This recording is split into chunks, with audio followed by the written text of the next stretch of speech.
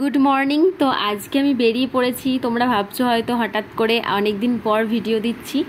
আর আজকে আমি বেরোচ্ছি হচ্ছে গিয়ে আজকে আমি যাচ্ছি আমার বরের কাছে। আর এতদিন আমি ভিডিও দিইনি কারণ আমি এতদিন ছিলাম দিদার বাড়িতে।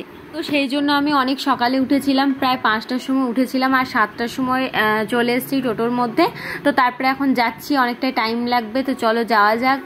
তো তারপরে আমার বড় দিকে আসবে। এই যে দেখো আমরা স্টেশনে চলে এসেছি। আমার মেয়ে কোনো টোটো অটো যাই হোক কোনো কিছুতে উঠলেই কিন্তু ঘুমিয়ে পড়ে, তো ঘুমিয়ে গেছিলো। আর এই যে দেখো আমরা কিন্তু দাঁড়িয়েছিলাম স্টেশনের কাছে, আর ওর দিকে আসতে একটু লেট হবে, তো সেজন্য আমরা এখন একটু দাঁড়িয়ে থাকবো, দেখি নিচে যাব। আর এই ট্রলি ব্যাগটা আমাকে ওই দিক থেকে নিয়ে আসতে হলো, অবশ্য লিফট ছিল, কোনো অসুবিধা সেরকম হয়নি।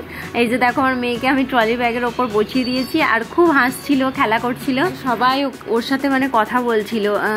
তো এই যে দেখো খুব হাসছিল, মানে ওর খুব ভালো লাগছিল। আর এত গরম ছিল না সেদিন, প্রত্যেকদিন বৃষ্টি হচ্ছিল আর সেদিন কিন্তু খুব গরম ছিল, কিন্তু মাঝ রাস্তায় যেতে যেতে দেখলাম বিকেলের দিকে আবার বৃষ্টি হয়েছিল সেদিনও।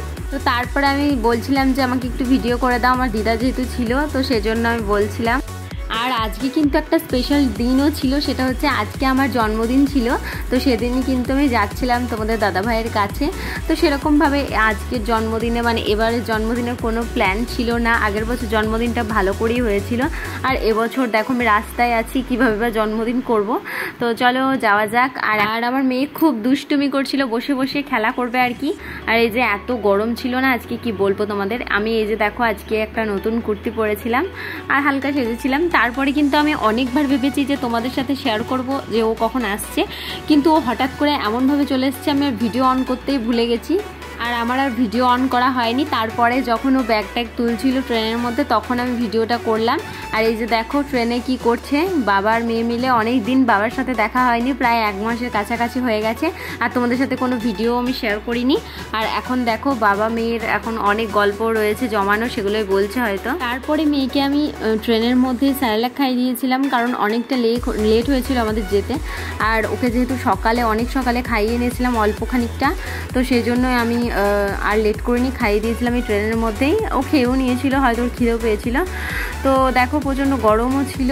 তো চলো যাই, তারপরে দেখাচ্ছি তোমাদেরকে। আর এত গরম ছিল, মধ্যে বাচ্চারা একদমই থাকতে চাইছিল না, যাদেরই বেবি ছিল তারা সবাই কিন্তু নিয়ে ঘুরছিল, কিন্তু আমার বেবিটা অতটা দুষ্টু না, অনেকক্ষণই ছিল। তারপরে লাস্টের দিকে একটু দুষ্টুমি করছিল, তখন ওর বাবা ওকে নিয়ে ঘুরছিল ট্রেনের মধ্যেই। আর আরও যা বাচ্চারা ছিল তাদেরকে তো রাখাই যাচ্ছিল না, এত দুষ্টুমি করছিল। তারপরে আমরা ট্রেন থেকে নেমে খাওয়া দাওয়া করে নিয়েছিলাম, আজকে এখানে হাওড়াতেই খেয়ে নিয়েছিলাম বিরিয়ানি দুজন মিলে। আর তারপরে এখন আমরা যাব হচ্ছে হাওড়া থেকে, এখন যাব দেখি ট্যাক্সি। আর এই যে দেখো প্রচণ্ড মেঘ করেছে, আমি সেটাই দেখছি, এত মেঘ করেছে কি বলবো। বললাম যে তোমাদেরকে বিকেলের দিকে বৃষ্টি হয়েছিল, তো সেটাই এখন মেঘ করেছে প্রচণ্ড। আর এই যে দেখো এখন বৃষ্টিও শুরু হয়ে গেছে, সেটাও শেয়ার করে দিলাম তোমাদের সাথে। এখন কিভাবে বাচ্চাকে নিয়ে যাব সেটাই খুব মুশকিল। তারপরে ট্যাক্সি পেতেও অনেকটা লেট হয়েছিল আমাদের, তো তারপরে যাই হোক পেয়েছিলাম। আর এই যে তারপর আমি আর কোনো ভিডিও করিনি, ট্যাক্সিতে ওঠার পরেই একবারে ভিডিও করেছি। আর আমার মেয়ে তো বললাম যেখানেই যাবে ঘুমিয়ে পড়বে কোনো কিছুতে চাপলেই। আর এই যে দেখো ওকে মানে নিতে না নিতেই ও ঘুমিয়ে পড়েছে, মানে গাড়ির মধ্যে উঠতেই। আর এদিকে ওর বাবা বসে আছে আর আমি বসেছিলাম, আর প্রচণ্ড ঘুম পাচ্ছিল কারণ অনেক সকালে উঠেছিলাম। তো তারপরে আমি ঘুমিয়ে পড়েছিলাম। আর এবার আমি চলে এসেছি কিন্তু একদম কোয়ার্টারের মধ্যে। দেখাও তুমি কি করছো, আমার নকল করছো সেটা দেখাও সবাই। তো এই মাত্র আমরা চলে এসেছি, এখনই পৌঁছালাম। কোথায়? কোথায় কোয়ার্টারে। তো পৌঁছালাম এক্ষুনি, পরে তোমাদের সাথে শেয়ার করবো সবটা। আর এই যে আমার মেয়ে এখন খেলা করছে। আর তো প্রচণ্ড বাজে অবস্থা, আমার বর সব পরিষ্কার করে রেখেছে, কিন্তু এগুলো তো করতে পারবে না ঠিকঠাক করে, বিছানা টিছানা ঠিক করা, তো সেগুলো আমি ঠিকঠাক করছিলাম। আমার বর এসে মানে অনেক আগে থেকে এসে অনেক কিছুই মানে কি বলবো ঝেড়ে টেড়ে পরিষ্কার করে রেখেছিল, বাকি ও গোছাতে সেরকম পারেনি, মানে সব পরিষ্কার টরিষ্কার করে রেখেছিল। আর সব কিছু মানে ও ছেলেরা যেভাবে গোছায় সেভাবে গুছিয়েছিল। তো আমি এখন গোছাচ্ছি, সব কিছু এখনো কমপ্লিট হয়নি, দেখা যাক কখন সব কিছু কমপ্লিট করতে পারি। আর তোমাদের দাদাভাই গেল বাজারে, কিছু মানে সবজি টবজি বাজার করতে গেল। আর এই যে আমার মেয়ে দেখো বাটি নিয়ে খেলছে, ওখানে ওকে কিছু তো দিতে হবে তাই বাটিটাই দিলাম। আর আওয়াজ ছাড়া কোনো কিছু, ওই যে পুতুল টুতুল আছে না ওর, কিচ্ছু কিন্তু খেলবে না ও, শুধু ওই আওয়াজ হবে, বাসনপত্র এসবেও পছন্দ। তো চলো আমি এখন সব কিছু কমপ্লিট করে তারপর তোমাদের সাথে শেয়ার করবো, গোছাবো মানে কীভাবে কী গোছাবো। আর তার আগে শেয়ার করি কী অবস্থা হয়েছে এখন। আর তোমাদেরকে পরে আমি পুরো রুম টু শেয়ার করবো। তো চলো টাটা। বাজাতে হয় দেখি তা, দেখি দেখি দেখি দেখি দেখি দেখি, আরে বাপরে আরে বাপরে, দেখি দেখি দেখি দেখি দেখি,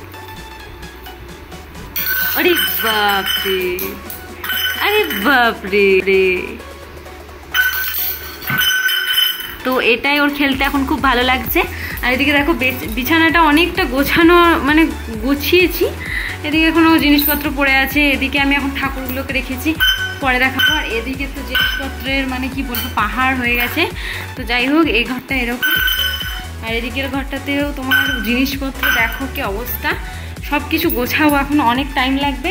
আর রান্নাঘরটাও তোমার দাদাভাই যতবারটা পেরেছে গুছিয়েছে, আর বাকিটা তো আমাকে গোছাতে হবে দেখো।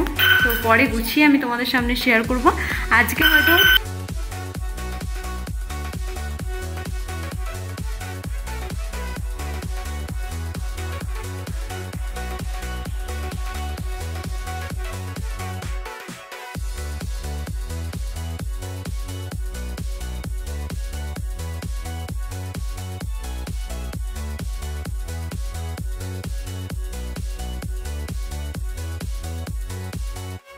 তো তারপরে কিন্তু আমার বর আমাকে কেক কিনতে নিয়ে গেছিল, যেহেতু আজকে আমার জন্মদিন ছিল, তো সেই জন্যই।